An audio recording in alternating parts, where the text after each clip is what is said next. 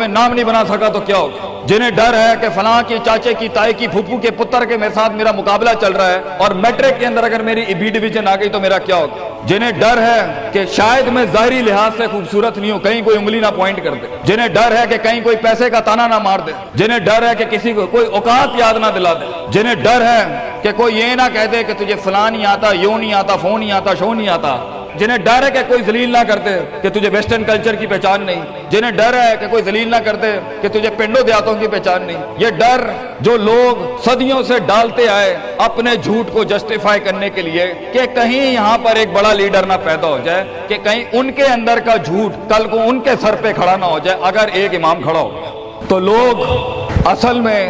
معاشرہ، سوسائٹی اس لیے نہیں ڈرا رہا ہوتا کہ وہ خود ڈرے ہوئے ہوتے، وہ اس لیے ڈرا رہا ہوتا ہے تاکہ انہیں اپنے آپ کو یہ نہ کہنا پڑ جائے کہ یہ کیسے کر گیا۔ تو زندگی بیٹا